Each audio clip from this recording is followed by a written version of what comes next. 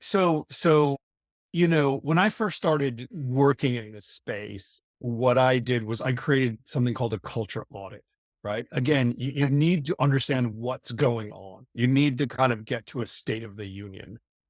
So what do people think about the culture? And that's, the very first step. And Yeah. that comes through talking to people. I know a lot of companies today use software to do pulse surveys or employee satisfaction surveys and things like that. And it's definitely part of the toolkit. But one of the reasons that I really like interviews is that you can just dig and get a lot more information and find out how people really feel, right? If you're good at getting things like that out of people.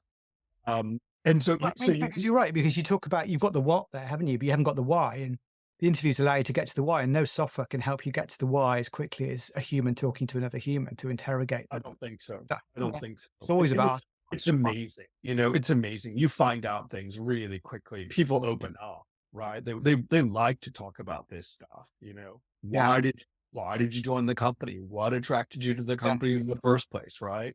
Why do you stay here? yeah. So just these questions get people, really talking about what they feel about the company and Mhm. what makes it tick. Um, so, when I did this internally for our business for Keysearch, we've spent over a year, over a year in this process. And like I said, I don't think it's fully baked. I don't think it's totally done. It's very advanced. But I don't think it'll ever be finished because I think it has to constantly evolve. So a lot of this is around discussion, Yeah, right? A lot of discussion. When we got to the point that we said, okay, we think, and I reiterate, we think trust is one of the values because you can put stuff out there, but you have to validate that that's really, yeah, we spent, I would say, almost 2 months having a meeting once a week talking about trust, yeah. where, we have a small company. So we have that advantage of everybody being able to participate if they want to. So we had a really, really high participation rate. But we talked about just trust for a couple of months.